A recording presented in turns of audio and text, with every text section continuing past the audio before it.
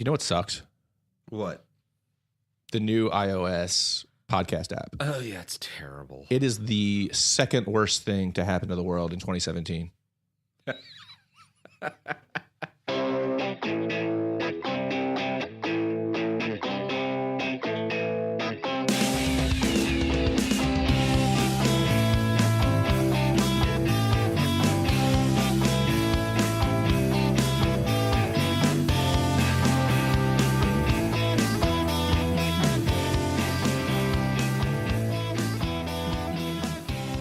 Hello and welcome to another episode of the Grounded Reason podcast, where Joel and I talk about cord cutting, internet, all sorts of stuff. Today we're going to be talking about the hype behind 5G.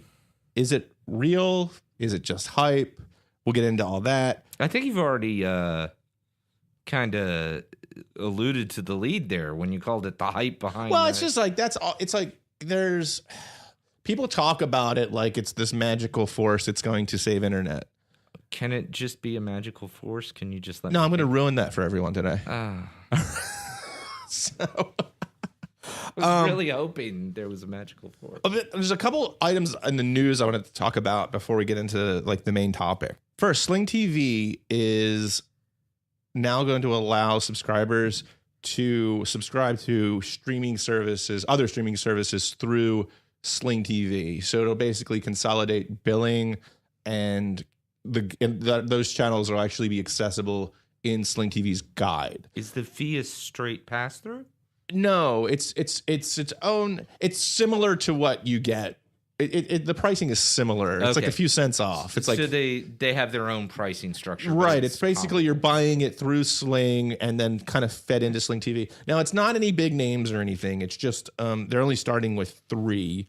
The first one is Curiosity Stream, which I think we've covered on here before. It's a documentary channel, and you can subscribe to that, and it'll show up in Sling TV's interface, and it'll just show up on your bill. And I think all of these are like $5 to $6 extra a month. Right. And I think they're just looking at it. They're testing it out to see how many people are going to jump on. I know if cord cutters like me, I don't mind having multiple subscriptions because I was dropping and pick them up as I use them anyway. Like I don't keep them. Some people will grab it and just keep it all the time. I like juggling them because it's a good way to save money. Sure. But not everybody does. Not everyone does. And people especially who are used to like a cable package. Yeah. They want everything all kind of this could be a way consolidated. for them to broaden the base. I mean, that makes some sense. And I think it could get very interesting if you bring in some, like I don't think like Hulu or anything is going to be interesting because they have their own thing going. But I mean, if you, give access to some of the, bigger ones like the Lifetime was Feelin', and now, or no, wait, it's Hallmark. Hallmark movies now used to be Feelin', I think. Something like that. Yeah, and with the apostrophe N. See, I was going the opposite direction. I thought this would be really interesting for like all the niche ones, like Shudder. Yeah. Talked about. Well, no, those two. I mean, that'll work too. I mean, yeah. I mean, from their perspective, it's really attractive. Right now, Amazon does this too. Yeah. But again, Amazon is an on-demand streaming service. I think this is the first live streaming service to kind of bring this in, really. Like that's interesting. I hadn't thought about that, but you're right. Right. So, because like you can go ahead and you can subscribe to like a ton of channels right now through Amazon. Yeah, it's actually really convenient. Yeah, and it kind of bundles it all in. But I don't think they offer any live options through that as of You'd know yet. better than me. I mean, I'd have to look at it. I've thumbed through all of their stuff, but I don't think I've seen that. Yeah, so it's really Curiosity Stream, and then there's something called Up Faith and Family, which is some kind of, your it's a faith-based family type. Yeah, it's programming. like Christian television. Right. And then there's Pantaya, I hope I said that right, which is it basically shows a selection of movies in Spanish that really aren't really available on any networks. That's nice. Yeah. So, and you can get all of those through right now currently Sling Blue or Sling Orange subscribers. So that's it's in both offerings. Yeah, like if you have it, you can pick it up in both right now. I mean, that's smart. You would think that because I think the big distinction between Orange and Blue, isn't it like Fox and Essentially, it's Fox versus Disney, Yeah. which I don't think will matter soon. No. Well, it will a little bit because they're talking about what they're going to pick up, and from what I read, Disney's actually interested in of course, all the Marvel content, which is a big one because Fox has rights on all the X-Men stuff. Yep. But then they're also going to have they wanted the sports regional networks because they want to rebrand those as ESPN. I could see that. So I think that's what's in talks. I think Fox News and then the Fox channels are actually going to stay with Fox. Yeah. Like the Fox, your Fox locals and all that stuff. Right. Yeah. Well, but that's easy for them to divest, right? Like, right. Yeah. So, but I mean, I think they're still after the sports. They say an announcement's going to happen like any day now. So yeah, it's crazy. I cannot believe the mergers that are happening right now. CVS, Aetna. You hear that one? Yeah. Okay, and then there's like Disney and Fox. We had the duopoly, the era Arby's and Buffalo Wild Wings. The duopoly of diarrhea. Yeah. Well, I mean, it's the era of cheap money, right? We've been sitting in cheap money for 15 years now. So yeah, I think we're at the final table of the World Series of capitalism. Yeah. Well, but we know the stakes are high. Time will tell, right? Like I know 2008. When things were hitting the proverbial fan, I at one point said something to the effect to one of my colleagues that, because I was listening to the news. I'm gonna go buy a 40-pound bag of rice. Is kind of where I was. I was gonna go hide, and I was like listening to NPR, like losing my mind. He was like, "What? Why are you sweating so much?" And I was like, "Well, other than the obvious." We are staring into the abyss. This is like the financial apocalypse. Like money markets just broke a buck, right? Like it's which doesn't sound like a big deal, but it's a really, really big deal. So yeah, the era of cheap money, it's eventually going to come to an end, right? Let's not bum everybody out. We're going to do that in a minute with the 5G stuff. Okay, and then, speaking of Amazon, Google decided that it was going to pull YouTube from Amazon Fire TV devices. Oh. Yeah. And including like their Echo Show. So like that's a killer. So Sergey has decided he's going to piss on Jeff's shoes. Jeff and Sergey have been in like a whose junk is bigger battle now for a good part of a year. Because there was a time where like Chromecast wasn't being sold through Amazon. It's been back and forth for a while right now. Now, are those properties owned by Alphabet or are they owned by Google? Everything's owned by Alphabet. Right. Alphabet's like their I know, I just company. wasn't sure which entity owned, because that decided Google is Alphabet. So I mean Google, but it's basically they broke the companies into their search appliance. Then there's like Google Labs. Right. Google is a subsidiary of Alphabet. Right. But what I'm saying is I'm curious whether like YouTube, and I just don't know this, YouTube and Chromecast, if they are owned directly by Google or if they are owned directly by Alphabet. Well, it's one and the same. But they're not. They're one's a subsidiary of the other, so they have a different CEO. Yes, but I'm sure. Oh yeah, Google, yeah. There's a grand strategy. Yeah, that's what I mean. It's kind of all one and the same. All right. I mean, I'm just trying to figure out who's pissing on whose shoes. There's definitely peeing. Oh yeah, there's lots of it. There's lots of pee. Right. So, but I mean, this. I think Amazon is the loser in this one. Because, I mean, I have an 11-year-old and her friends, all they do is watch YouTube. Sure. Like, that's their thing. It's like everyone's into YouTube. And I don't know what, like, even, I mean, I would say, like, the millennial generation, like, watches, like, tons of YouTube. I do. I've lost hours in it myself. I don't use it. It's not, like, one of my go-to things, though. For a lot of people, it is. No, I'm old as shit. And, like, I know that there was a particular evening where I got stuck. Rap battles? I know you will watch some rap battles. Well, one, I love my epic rap battles of history. But I also got stuck. I was thinking about this cartoon that I used to watch, Sunday morning cartoons type thing. I don't even think it was a Saturday one. This was like a B grade. Oh yeah, so cartoon. it was like the gnomes. And Yeah, all, like, the gnomes, the knockoff Smurfs. Right. No, it was called Inhumanoids. I remember that. Yeah, and Inhumanoids, Right. Inhumanoids. Well, we had a whole bunch of crappy knockoff so toys. I was like shows and toys back then. Is that out there? And so I Googled it, found it on YouTube. Someone had uploaded 8-minute clips, and I was watching that for 3 hours. Yeah. Oh, I mean, YouTube's like a time capsule, man. We watched an episode of the Goldbergs, my kids and I, and it was an episode where they did on, every town has their crazy TV commercial guy or woman, it's beating themselves in the face with fish to sell couches or something.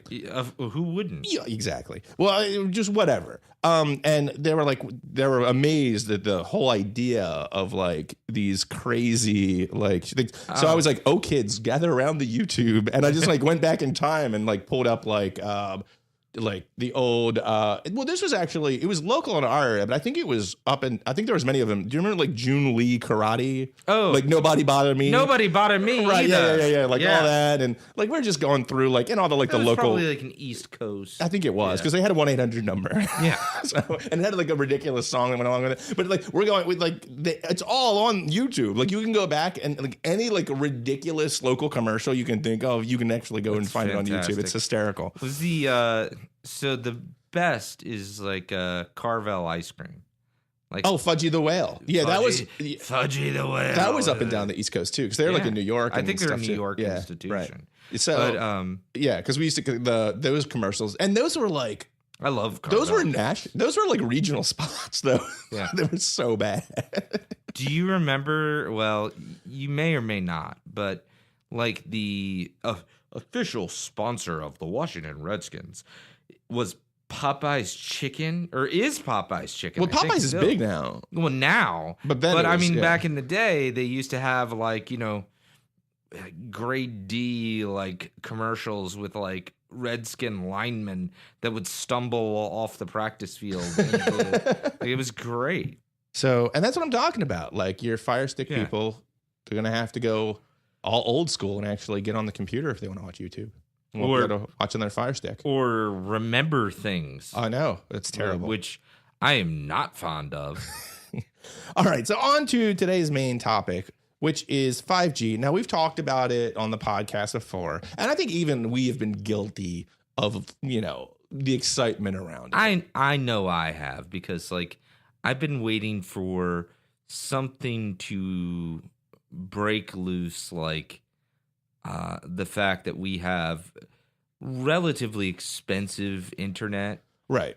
For the the bandwidth that we all get throughout this country. Now 5G is promising gigabit, more than gigabit, up to 10 theoretically. It realistically, you're going to be getting maybe 1 to 2, possibly more. I would really like that. Over wireless, because that's what it is. 5G is fifth generation wireless. Now you know the term 4G, also known as LTE.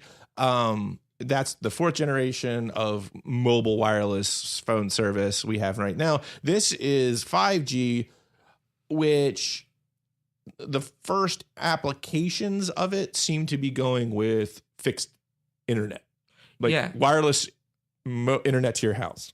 And really quick, just to clarify things for people that might not be as familiar, when you look at commercials about 5G offerings from various providers in the future, they will act as if it is something that is a unique service from them. It's a standard. Oh, right. Well, not only that, it's worse than that. And I'm going to get into that in a second. But it's even. You're right. You're totally right. They're gonna act like it's their thing. Yeah.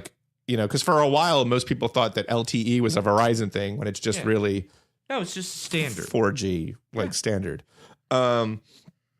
So just so you know, 5G isn't even They don't even have like a draft standard out yet. I don't. Yeah, it's not agreed to, right? No, that there's technologies around it that they know are going to go into 5G. It's going to basically be a technology stack that they use to achieve these speeds.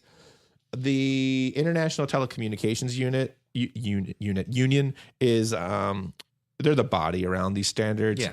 And they had it planned to be ready in 2020. So we're talking So you got a while. probably 2.5, 3 years out. You got a while of people advertising it without anything to really adhere to other than broad principles. And that's where I'm going to get into with some of this hype. So the technologies that they're looking at putting together for this, one of the big ones is millimeter wave, right? Which is going to allow them to basically it's I think the wave right now with 4G, like the size of the wave is measured in centimeters. Right. This one's in millimeters. It's going to allow them to put like smaller antennas into devices, which means they can put more antennas into there and they can build a bigger array. So you're basically able to assemble more data. Right. Is one technology that they're looking at using.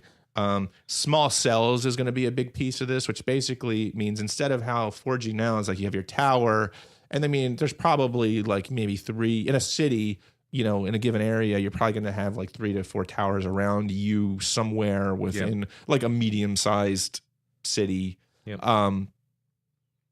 But small cells are really, you're talking about sticking these things like every couple 100 feet. Yeah, you really So like in like on rooftop Baltimore, it would buildings. be every large building. Yeah, so the essentially. city core would be covered really thoroughly, and then as you spread out, it's all of the, large buildings in the burbs. But right, and then they'll kind They're gonna of be like small. because I think like you're talking about. I was looking and like to be effective, you probably need one every couple 100 meters.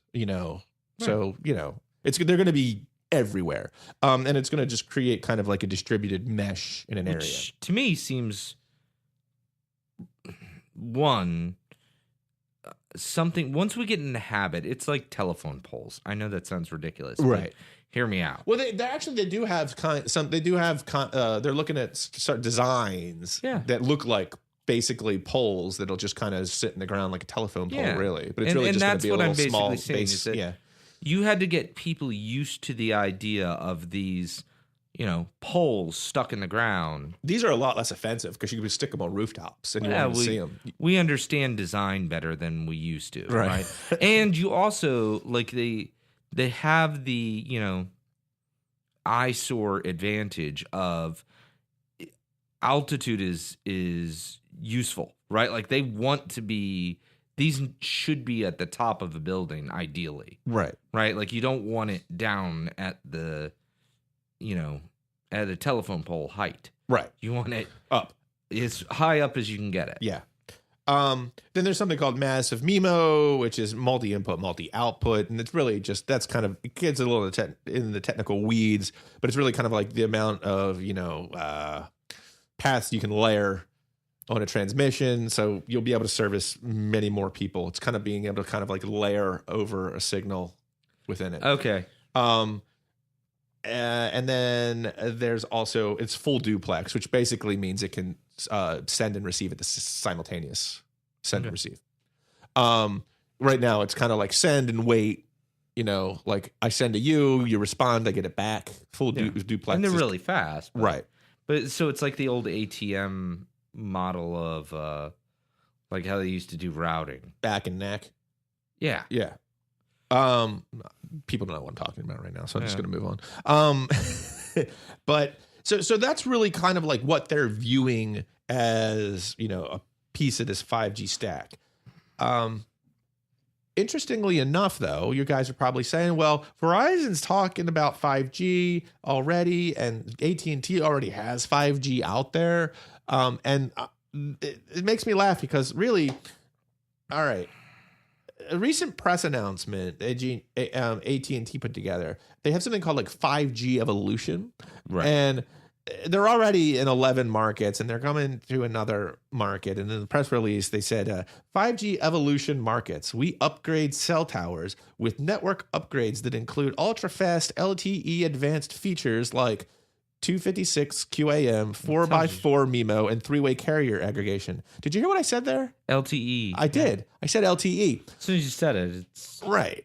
But they call it 5G evolution, and the reason is because 5G isn't a standard yet. Well, so marketing teams can get away with calling it 5G. Right. And then what they have to do legally to not get sued is in the lower level text. Clarify that it is LTE. Right. Now, here's the thing. It's LTE advanced. Now, it does use, like, basically the 256 QAM. Okay, I'm sure an engineers out there, and there might be listening that can correct me on this, but I think that there used to be 6 bits in a I don't want to say it's a byte, but it was kind of like a 6-bit. It's not a package either. But I thought it was a packet, but it's not. It's not. I don't think it's a packet. It's packets multiple bytes. But I think it's 6-bit addressable. And now that's 8, and that's why you're getting 256 because 8 divides into 256.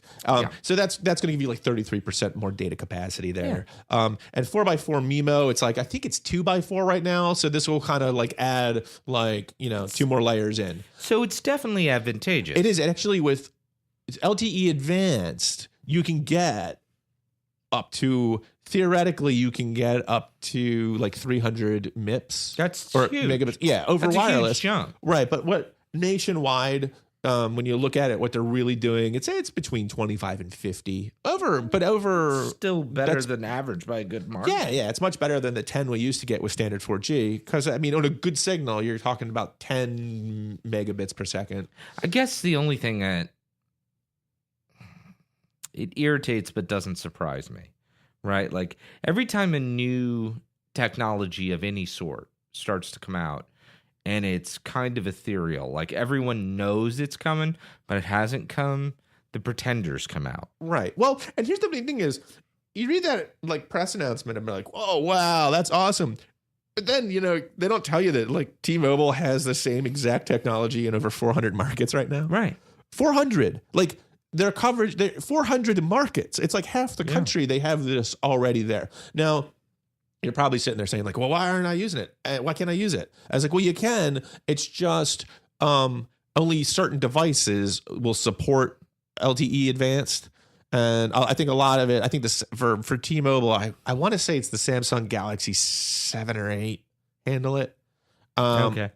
But I mean, there's a list. So if you go to your provider, you go and you'll go to a page like, how do I use LTE 4G Advanced? You'll go to a page and it'll tell you the devices. So you get one of those devices, you'll be using it. Well, and not to oversimplify, but it's no different than when or it's not much different than when HD television started coming out. If you had a regular television, right, you weren't seeing HD, right? Like it didn't matter, right? Like, so like you do need a device that can consume the, better and newer standards. Yeah, I don't know when this happened, but it's just like, it's almost like companies are just now allowed to fool people.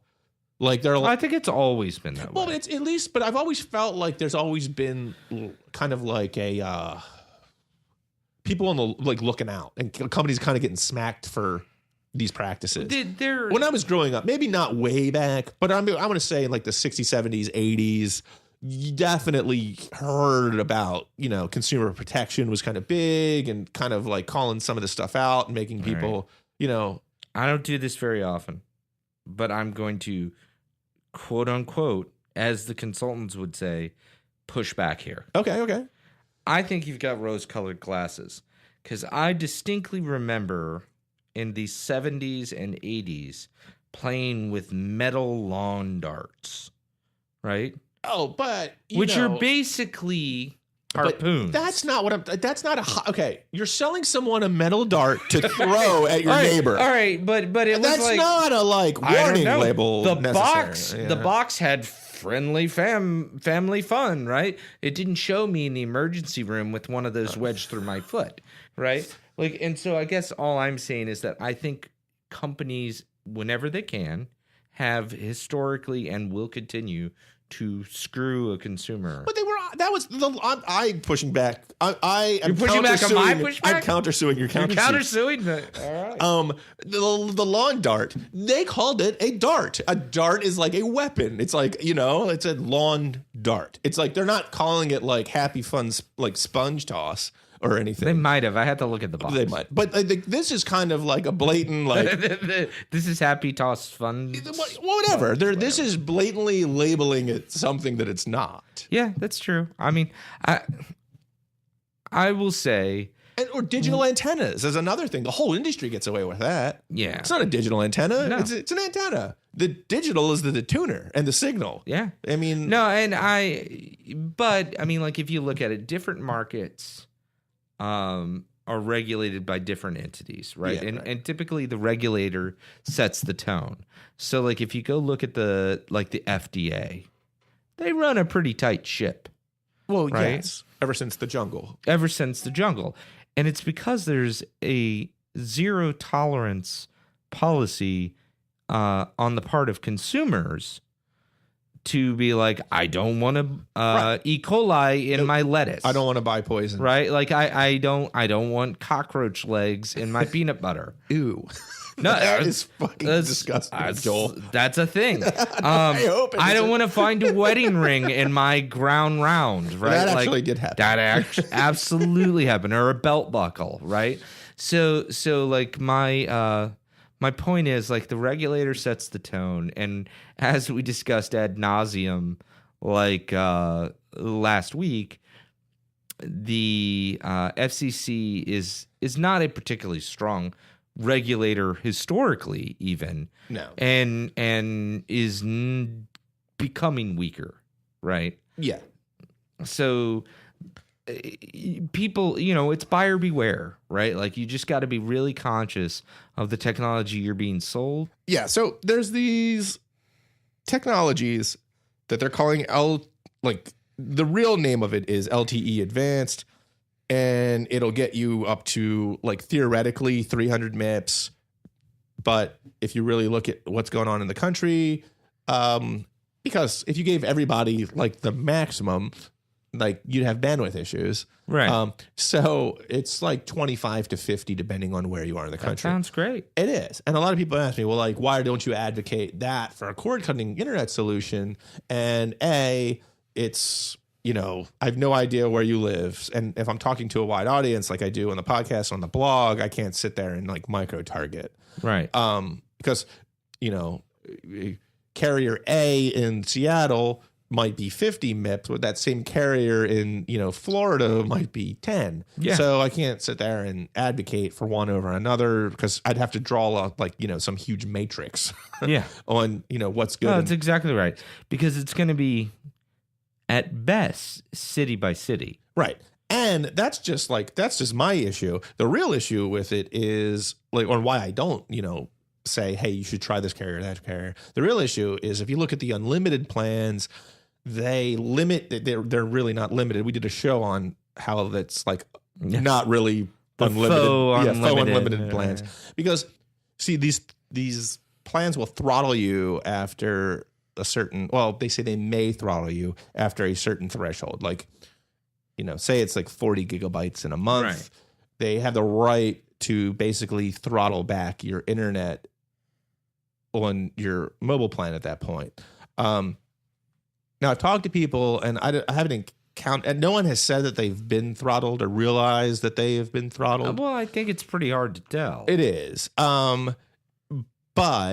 I just don't think that's because if you're using internet for TV, buffering sucks. Like you don't want to watch a show and have it buffer. So I don't like the idea of not knowing whether or not you're going to lose a connection after a certain part in the month. Because 40 gigabytes, if you're watching HD, that's maybe your average person. That's maybe a week of TV in a month.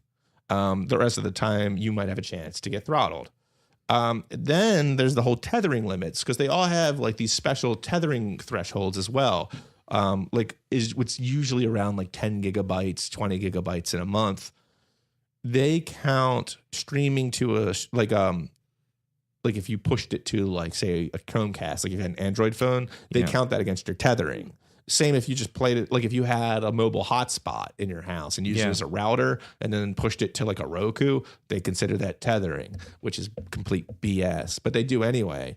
I'm waiting for one of these companies to just step up and kind of break the mold and say, this is ridiculous. We're just going to offer straight up unlimited. You can stream video with it. Might cost a little more, but I guarantee you people will jump onto that in areas where their internet options are few or one, probably. Yeah, well, and the one that jumps out at me, right, that you and I were talking about earlier is T-Mobile. Oh, yeah, because they've always been about bucking the system. Yeah. But, I mean, again, when it comes to the 5G play, they're looking at straight wireless. Well, they're looking at mobile, just pure mobile. That's what I mean. I'm sorry, and not fixed wireless. I mean, it would work. I think T-Mobile's whole view is once we get this thing right, like there will be no fixed internet. Everyone will just be kind of mobile, and I that's possible. But I really think that I don't know. Like people still have their landlines. Like it's I mean, don't get me wrong. It's a reasonable vision for what the norm would be in the future. But the problem with their vision, and this is something we've talked about before, is it's infrastructure dependent. Mm-hmm. And we, at least in the last, let's see, what is that, 1980 to now, 37-ish years, have been historically bad in infrastructure investment. Oh, well, yeah. Like we've talked about this before. I don't know if on the podcast, but we've been in I want to say since like 79, 80-ish, we've been in a government is bad kind of mode in this country. Yep. And government used to kind of pull funds to do like big infrastructure projects. Yeah. Like what if the pipes break? There are wooden pipes in Baltimore City. I shit you not. Like there are in a few areas, there are pipes made of wood because like the pipe broke at some point and somebody just put like a quick fix in and it just stayed for 70 years. Right. And it's like there are cities in this country where the infrastructure is falling apart. And I've always like, what's going to happen? Because no company, like there's no profit. Of course not. There's no profit in a company just going in and it's a public good by its very nature. Right. Like the only way something like that gets paid for is through, the federal government or state and local government taking tax dollars and investing. Right. And this will happen with 5G. Like, you're going to have areas of the country where it's just not profitable to shove a 5G infrastructure. Yep. Or there's places in the country right now that there's not profitable to put 4G. And they don't in what I suspect will eventually happen.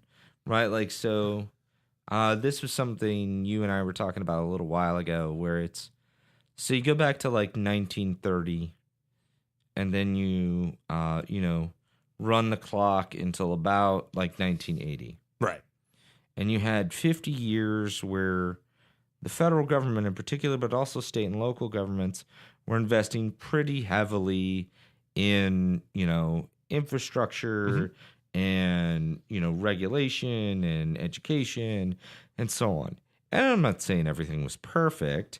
And certainly it probably wasn't as cost effective as it could be, but the infrastructure got built. Right. Right? And that's the infrastructure we're all living on now. Yes. And so for the last, 37, 40 years, we have just not done those things. Mm-hmm. So the pendulum's going to swing back. Hopefully. I think it's inevitable, or we're all going to be looking for a local stream to gather water from. That's why I said hopefully. Yeah.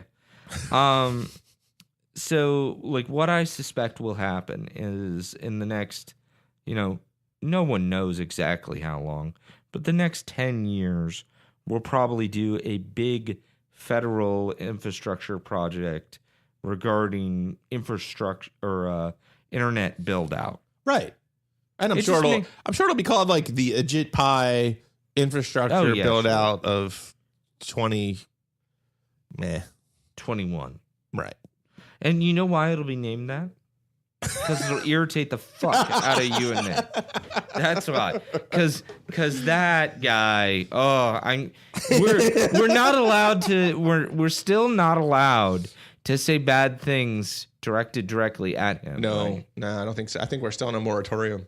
All right. Well, you, sir, I will not direct this towards you, but you know what I'm thinking. So, all right. So we have companies out there now. Like it's everything that is being pushed that is 5G or, it's really 4G advanced. Yeah. At this moment. Which is still good, but except not 5G.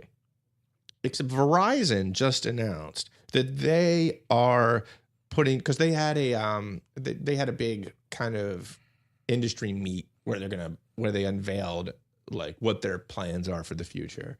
And they're actually right now they have 11 test cities for 5G. Now, when I say that it's not, you can't just get 5G. Right. It's basically they're testing a certain application of 5G in like 11 cities in the country. Right. Like they're in one area they're testing it with like cars and like just be like mobile, like having internet in cars.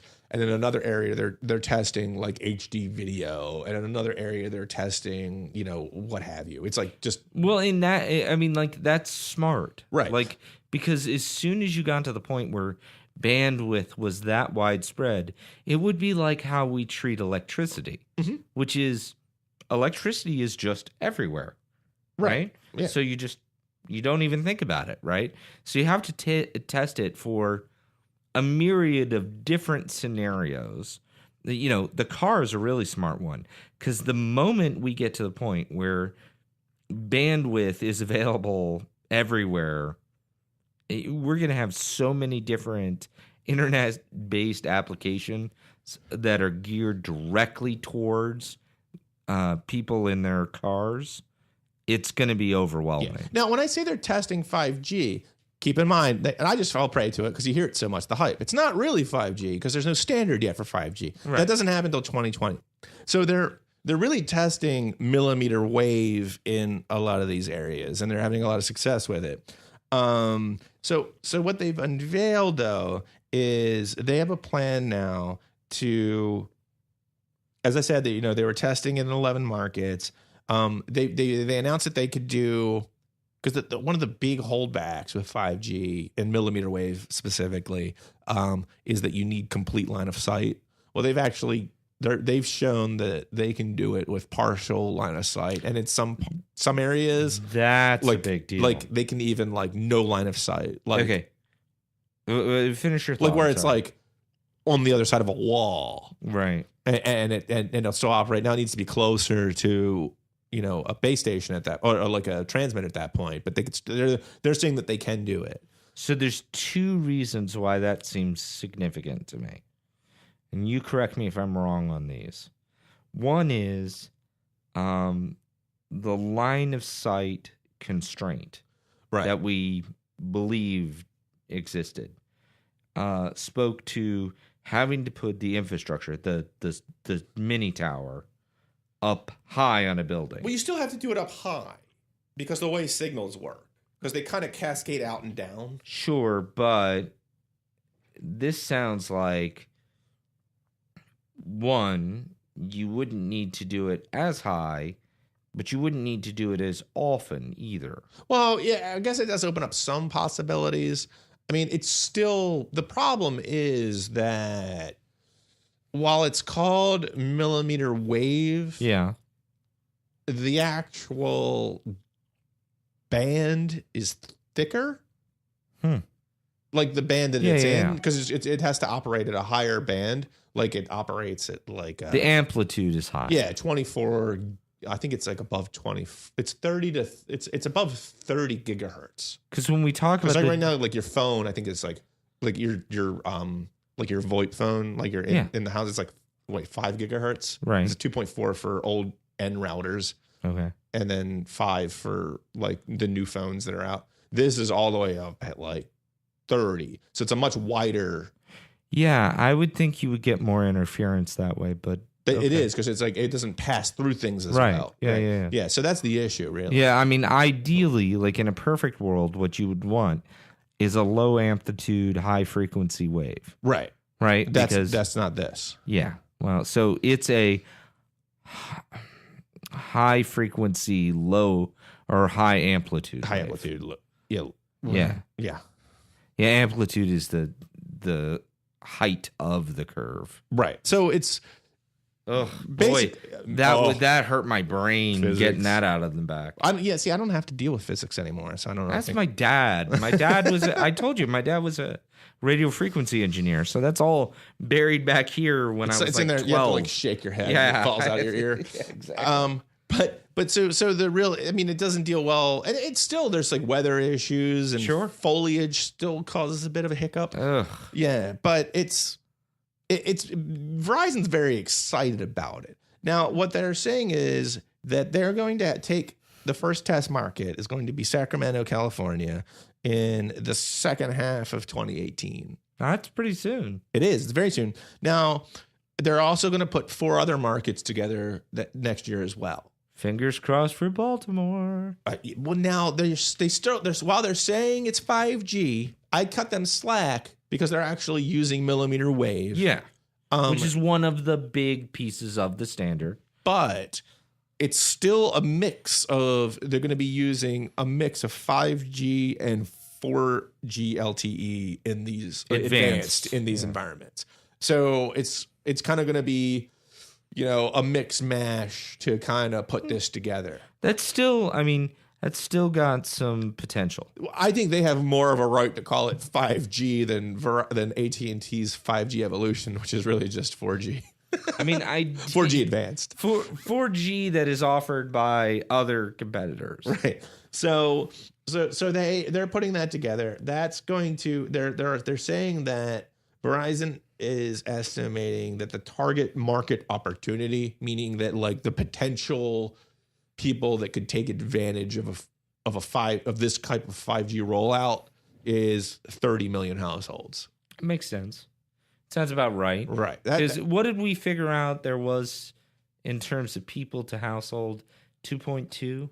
Was that what the average household is? Well, no, that's how many kids people have. Okay, so it would be like... It's 3 and some change. Yeah, 3 and some change. So you're talking, 90 million people. Yeah, and the reason I said 3 and some... I know 2.2 kids are like 2.2 kids plus 2 parents is 4.2, but you're forgetting like old people and young couples. Right. So it usually works out to be about, so 3 and some change for a family. My point is that 90 million sounds about right because when you look at the way...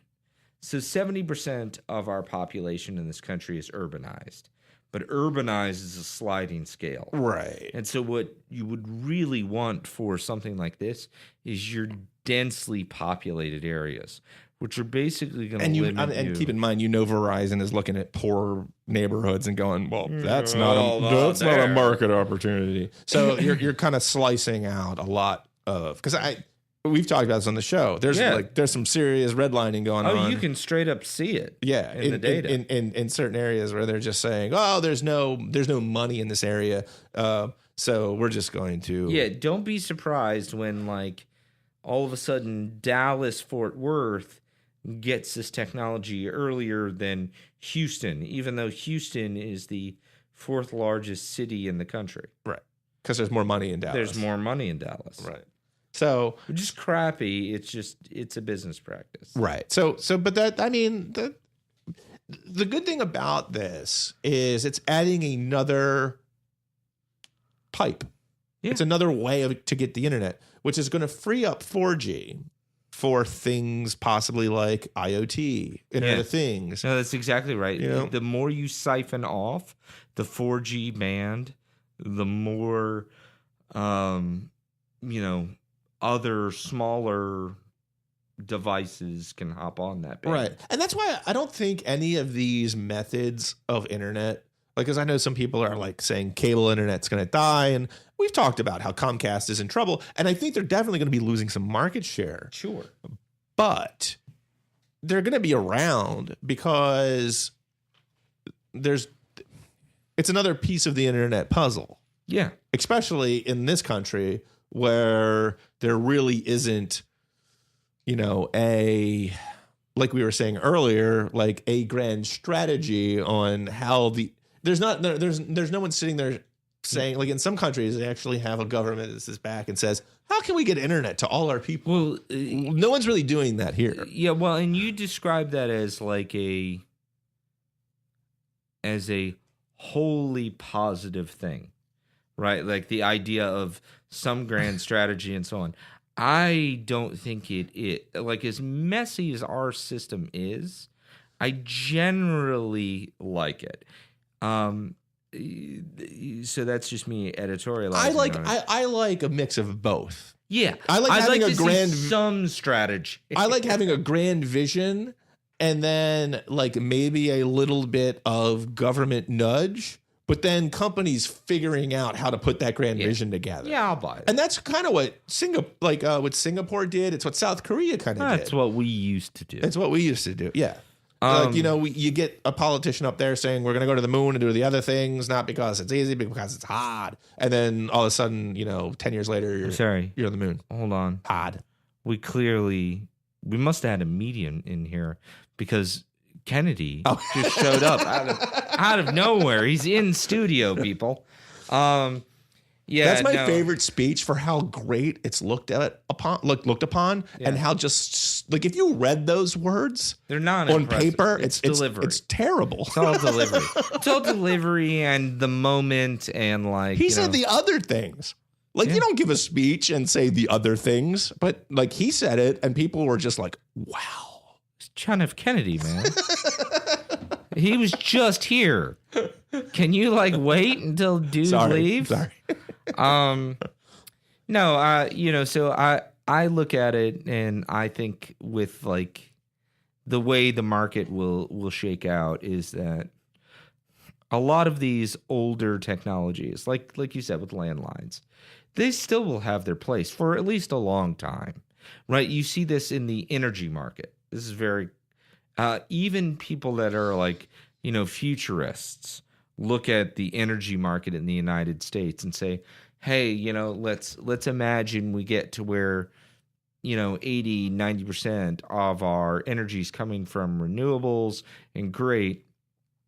Why mothball those old coal factories when we could use them as a backup? Oh, yeah. Right?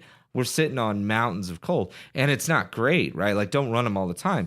But when the grid goes down because of whatever, like a volcano goes off, and we get an ash spray across, a part of the United States, run the coal. And it did. It doesn't take much to fire up a coal plant. No, not at all. And like, I think that the older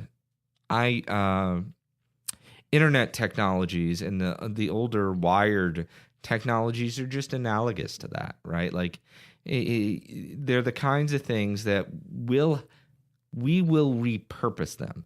They just won't be used for what we currently think of them as. Right.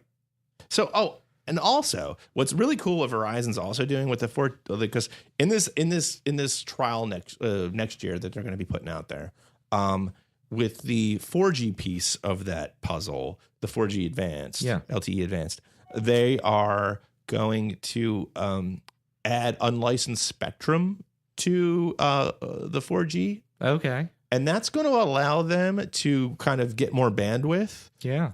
And they're going to be able to push 4G up to a gigabit. So it's going to be, that's why you're not going to, because a network only goes as fast as your slowest pipe. Right. And that's how they're going to be able to kind of integrate the 4G advanced with the 5G, because they'll be able to get that LTE advanced up to a gigabit along with the 5G that they're putting in. That makes and then sense. They're going to be able to put together a gigabit pipe in this area. Yeah. So that's really what they're looking at doing. Now, a lot of investors... Clever. Yeah, I think so. A lot of investors, like, kind of like, if you read a lot of the notes coming out of this meeting, though, they were kind of like, they weren't big on details. And they're kind of like, 5G is probably like real 5G. And I think this is also like it's the fault of like media, and it's the fault of marketing. Real 5G probably won't get here until maybe 2021, 22, honestly. Yeah, that's what it sounds like. Because first off, the standard's not going to be finalized till 2020. Now, I'm sure some people like Verizon will get out in front of it, but you're really not, until there's a standard, you're really not going to get a lot of manufacturers who are going to be willing to put together, like, to kind of like to put out devices that unless a company partners. Like right now, I think they're partnering. Verizon's partnering with Ericsson, if I'm not mistaken, to build all the hardware for this stuff. But Ericsson just had a really bad meeting saying that they're looking at being kind of flat on production over the next 2 years, which tells me that they're not really looking at putting together a bunch of like 5G devices. These are all pilots. I wouldn't expect them to. Right. So the standard's not going to get finalized until 2020. Yeah. And it's probably going to take these hardware manufacturers, I would say, at least 6 months to ramp up. Well, and then you've got whatever, I mean, we've harped on it, but whatever infrastructure does need to be laid out. So you could actually be really, before 5G really makes a dent, you could be talking 2025. Yeah, I mean, yeah. Like I'm saying, like a market dent, meaning 25% or more. I'm saying it. My guess is that this will be kind of like the real 5G standard. I'm looking at probably 4 years from now to where it starts, where you can it's accessible, see it. Right? Yeah.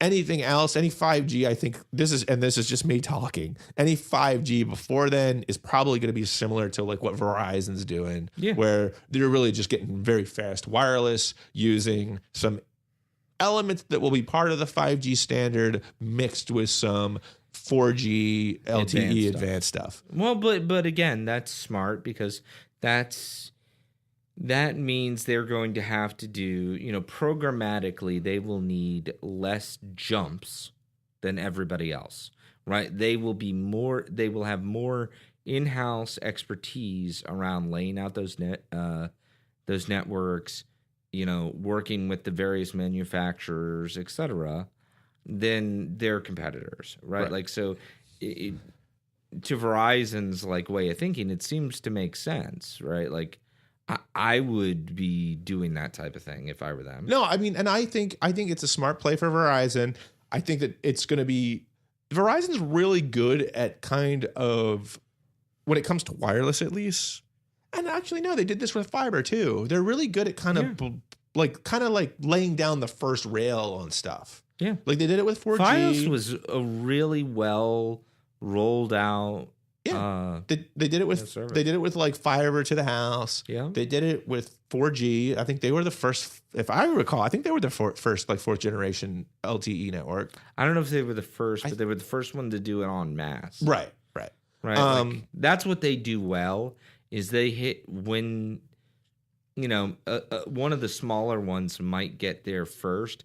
But they get there en masse. Right. And I look to them to being the first one to actually have like a workable 5G stack once the standard's finalized. Just my opinion. I'm throwing this out there as a curious question to you. So we've gone out on a limb multiple times on, this podcast. Well, yeah, and normally we did batten pretty well. Yeah, not to toot our own horn. No, not bad at all. We called this none of them have been fun. No fun. We called the net neutrality debacle like a year ago. Yeah, we said exactly what they would do, and not just like lo and behold, not only that they were going to get rid of it, but like the strategy that they were going to use to do it, and the fact that they were going to be pushing this FTC bullshit. Yeah, which is exactly what they're doing. But I'm not allowed to curse directly at anyone, so let's not discuss that topic. Oh, sorry. I can't help it because, you guys. If you listen to the show and you like our conversation or banter, you would probably hate me in real life because all I do is complain about net neutrality. No, not at all. Frankly, like to me, I wouldn't know what to do if you didn't. But so like where I was going was like we've said in the past that AT&T is positioning itself very well as a content provider. So like when you get to that point where all of a sudden you've got this big boy content provider, you know, that has a bunch of subscribers for various reasons, right? Because it's got good cell phone coverage and it's got DirecTV and it's got all of its landlines, right, locked up. And then you've got Verizon who doesn't have the content but has a really strong presence to the home and mobilely. Right. I'm curious how that shakes out in the future. Yeah, I don't know. Verizon's always, it's funny because Verizon's always been very good at innovation. Yeah. But they seem to not do so hot when it comes to the actual grabbing of market share. Yeah, they've always stood about where they are, right? Like right about where they are now, which is what, 25, 30% market? Wait, when it comes to broadband? Well, broadband and cellular, I think it's all about the same. Cellular. Well, when it comes to, they do much better in wireless than they do in broadband. Oh, really? What's it, like 40%? Not broadband, they only have about 9 million households. Oh, wow. Yeah. But what's it in wireless? Wireless, I'd have to look at those numbers. I'm not sure. I'm assuming it's a huge chunk because they have like the best. Like they for a while they had the fastest and most 4G. It's probably not that way now. Well, they were the baby bell that came out of the they're East part Coast and Mid Atlantic. Right. They were C&P, right? Yeah. So I guess that's a question for later. And they bought MCI, if I'm not mistaken. I believe so. Yeah. But I guess that's a question for a later date. Is you're going to have these two strong hands, to belabor our poker analogy earlier. Right. And I'm curious which one wins, right? Like, because AT&T's played very well with the acquisition of DirecTV. That was really smart. Mm-hmm. Definitely. Verizon didn't do anything on the acquisition of content. But that said, I think that this is a good wait and see time for wait and see. Because what do you have now? You got like 6 live TV providers out in the market. Yeah. I mean, and maybe that's what they're doing. It wouldn't take much to sit there and say, all right, we got our internet stuff straight. Let's just go buy a streaming service. I mean, they got deep pockets, right? Like, and maybe in the meantime, you gobble up a couple internet providers. Right. Because they've had a lot of trouble because they have Go 90. Yeah. But they've had a lot of trouble locking down contracts for streaming service for like to put together a streaming service. Content. It got delayed again. I mean, they were supposed to have one at the end of this year and then they pushed it back to next year. So I wouldn't be shocked if they just go out and just, gobble straight up somebody. Up buy someone. Yeah. I mean, there's plenty of people out there that like, sure. I mean, I'm just counting the days till like somebody like throws like Fubo TV an offer, like one of those companies. What about Sling? Right, just Sling would be expensive because they still have Sling is really part of. I mean, I don't think Dish isn't going to sell Sling, like because it's owned by Dish Network, right? So, and I don't think someone wants to acquire an old satellite business. No. So I think that's why it's interesting. Like Sling TV is kind of where Dish is kind of putting its future bet. So they're not going to sell it. And if somebody wants to buy it, they're probably going to have to buy all of Dish Network, which I don't think is a wise buy because you'd have to deal with all of that old satellite stuff. It's a hell of a lot of infrastructure you'd have to divest. Right. So that's kind of where I see Sling. So Sling's got to kind of make it on their own. Do you think the Fubo TV or I think one of those like streaming service only things is probably going to be the one they pick up. Interesting. That's my opinion. Yeah. I mean, it could be Philo, but that's owned by Facebook, so I doubt it. No, it's not owned by Facebook. It's a founder. It's somebody. They have some connection to Facebook. I think it was like somebody who was one of the early, like, I wouldn't say founders, but kind of high up, early employees. Like started Philo TV. So that probably means Zuckerberg has a stake. I don't know. Maybe He's got a stake. He might own he's got a part stake of in me, everything. right? Like, I don't know. All right, so that's 5G.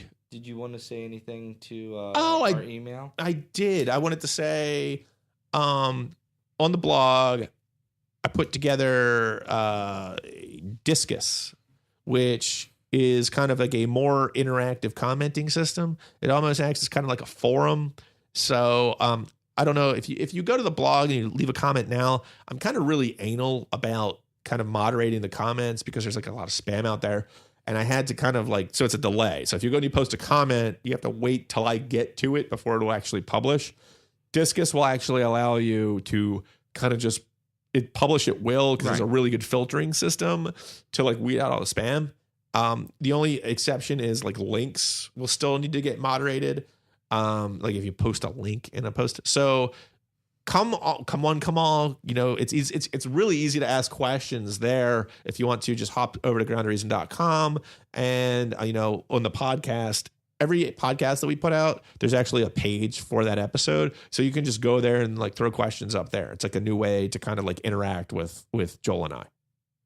So if you're enjoying the podcast, I always start it with that. I always like, you know, hey everyone, if you're out there enjoying, hey everyone, if you're enjoying what we're doing, please leave a review on iTunes, subscribe in iTunes, subscribe in like wherever you get your podcast. Tell your friends and family about our podcast, especially like somebody who wants to cut the cord and they don't mind, you know, Joel and I kind of going off on a Jeep pie every once in a while. It's really a compulsion. It is. We can't help it. I'm sorry. Then, you know, let them know. You can find us anywhere you find podcasts. We're pretty much in every app service we can think. I can think of. Yeah, I think so. I didn't tell you. I didn't even tell Joel this. Joel's going to hear this for the first time. I'm hoping, fingers crossed, I think we're going to be in Spotify soon. Really? Yeah, I put in like because they are really like selective. They are, but I was talking to our podcast provider and I was able to kind of submit our show to Spotify, so I'll know soon and I will let you guys know. I probably won't mention it if I'm not accepted into Spotify, right? But if we are, I will tell you. Bury our heads in shame, because I'm not going to remind you that I was like foolish and thought that we were going to be in Spotify. And we weren't. But no, but I think that actually we got a good shot at this. So that'd be fun. Yeah, definitely. What else do we have to say? Oh yeah, Twitter at Grounded Reason. Dennis is very active on Twitter these days. Yeah, these days I'm on there probably daily. So I've been answering a lot of cord cutting questions. People ask me questions all the time on Twitter at Grounded Reason. If you want to ask a question, email address as podcast@groundedreason.com. Tip your waitresses. That's all I got. Take it easy, everybody. All right, take care.